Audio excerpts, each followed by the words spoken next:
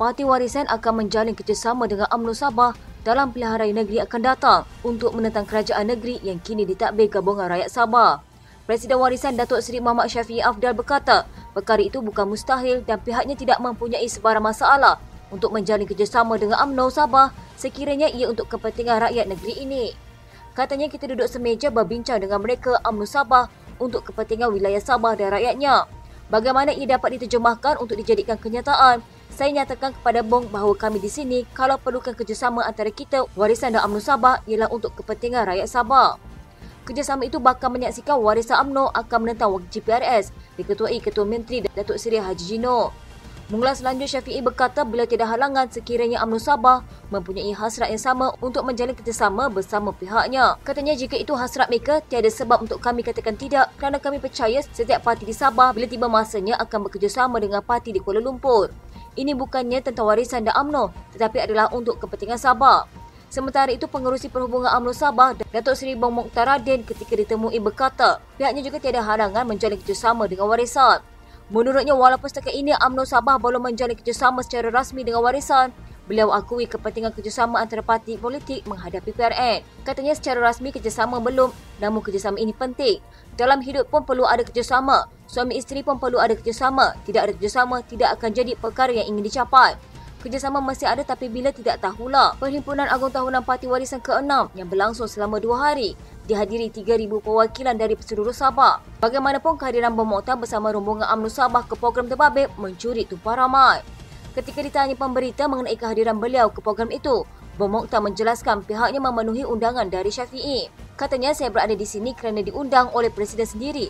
Jadi saya rasa tidak ada salahnya Warisan juga sebahagian dari komponen Kerajaan Persekutuan dan juga kerajaan, jadi sepatutnya tidak ada masalah. Tempoh DON Sabah akan tamat pada Oktober 2025. Namun PRN 17 dijangka diadakan lebih awal selepas Haji Ji memberi bayangan ia mungkin dipercepatkan. UMNO dan Warisan sebelum ini dikatakan bekerjasama dalam episod Langkah Kinabalu awal tahun ini dalam cubaan menjatuhkan kerajaan Haji Ji.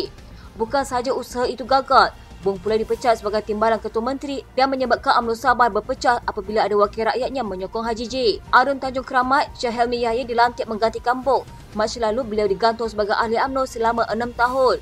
Selain beberapa ahli UMNO dan semua wakil rakyat JRS, Haji J turut disokong Pakatan Harapan. Setiausaha Agung Barisan Nasional Datuk Seri Zamri Abdul Kadir menafikan dakwaan rombakan kabinet adalah berkaitan struktur dalaman UMNO atau melindungi presidennya. Beliau juga baru bertukar portfolio daripada Menteri Luar Negeri ke Menteri Pendidikan Tinggi berkata, perkara berkenaan adalah hak mutlak Perdana Menteri dalam menentukan kekuatan pasukannya. Katanya tentunya beliau telah membuat penilaian terbaik bagi meneruskan pimpinan berdasarkan respon yang diperolehi daripada rakyat. Dalam kerajaan sebelum ini juga ada perubahan dari semasa ke semasa untuk memantapkan lagi pentadbiran yang ada dan ia tiada kaitan dengan politik seperti yang dispekulasi sesetengah pihak. Rombakan kabinet yang diumumkan Perdana Menteri Datuk Seri Anwar Ibrahim pada Selasa menyaksikan jawatan Menteri Pendidikan Tinggi diambil alih Zamri bagi menggantikan Datuk Seri Muhammad Khalid Nordin yang bertukar portfolio beralih menerajui Kementerian Pertahanan. Sementara itu, Zamri bertekad akan meneruskan agenda reformasi pendidikan tinggi yang ditinggalkan Menteri terdahulu kerana ia berada di landasan tepat. Selain akan menggunakan pengalaman luas dalam bidang pengajian tinggi negara, akan digunakan sebaiknya dalam menyantuni warga KPT. Ini kerana walaupun bertukar portfolio, beliau akan menggunakan pengalaman sepenuhnya kerana pernah menjadi pemimpin mahasiswa dan pensyarah Institut Pengajian Tinggi Awam. Setiausaha Agung PAS Datuk Siti Taufiq Hassan mencabar mana-mana pihak supaya mengemukakan bukti berhubung dakwaan masih ada ahli Parlimen Perikatan Nasional yang akan menyokong Perdana Menteri Datuk Seri Anwar Ibrahim.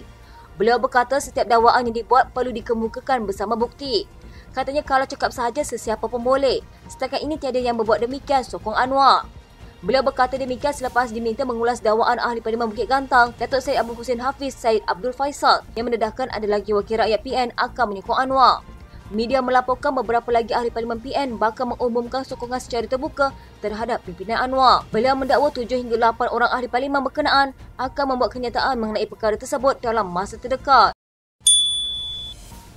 Menteri Undang-Undang dan Reformasi Institusi Datuk Seri Azalina Osman Said mengumumkan pihaknya akan menjalankan kajian menyeluruh dengan sesi libat urus membabitkan pemegang taruh dalam usaha memperkasa undang-undang untuk membanteras jenayah dalam talian.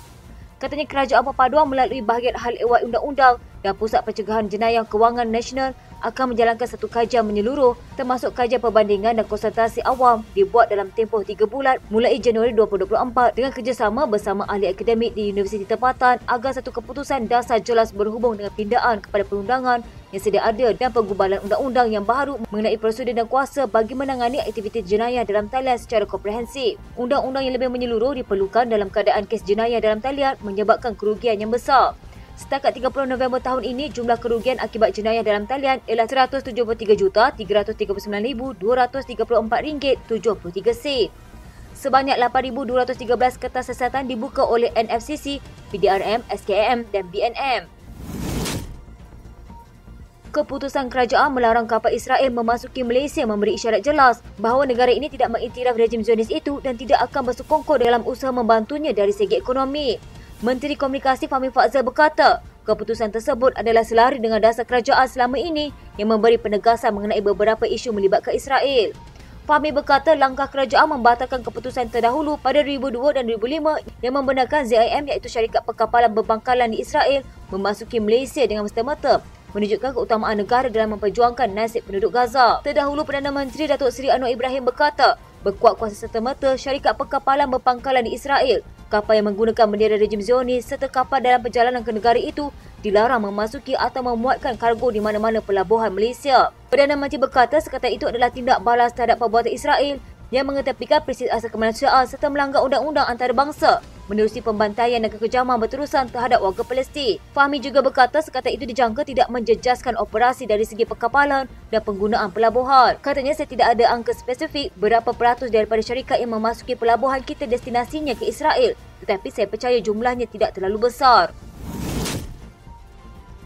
Penganalisis politik berpandangan ada agenda politik berlindung di sebalik tindakan Presiden PAS Tan Sri Abdul Hadi Awang yang didakwa menolak usaha pendamaian dengan Perdana Menteri Datuk Seri Anwar Ibrahim. Azmi Hassan daripada Akademi Nusantara berkata, pemimpin PAS itu bimbang hilang senjatanya untuk terus menyerang menggunakan agama dan bangsa jika beliau menerima perlawanan damai untuk berbaik-baik dengan Anwar.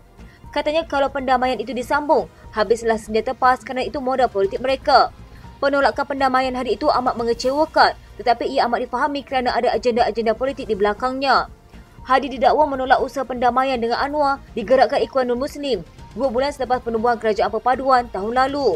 Sumber berkata usaha itu dibuat melalui wakilnya dari Qatar bertujuan memperkuatkan suara pemimpin Islam di peringkat antarabangsa. Lebih-lebih lagi memandangkan kedua-duanya daripada aliran Ahli Sunnah wal Jamaah. Wakilnya dikatakan datang melobi ke Malaysia sebanyak 2 kali untuk mempertemukan Anwar dan Hadi bagi rundingan damai namun gagal. Dalam pada itu Azmi berkata PAS mendapat sokongan pengundi Melayu kerana parti itu menggambarkan hanya mereka boleh mempertahankan agama dan kepentingan orang Melayu berbanding kerajaan perpaduan diketuai Pakatan Harapan dan Barisan Nasional. Sementara itu seorang lagi penganalisis politik Muhammad Yusof Kasim pula berpandangan Hadi sepatutnya berdamai dengan Anwar demi kepentingan Islam dan Melayu di Malaysia. Katanya serangan yang bukan-bukan akan memburukkan lagi hubungan. Katanya perpaduan di kalangan umat Islam amat diperlukan demi kemajuan dan kesejahteraan rakyat di Malaysia dan di peringkat global.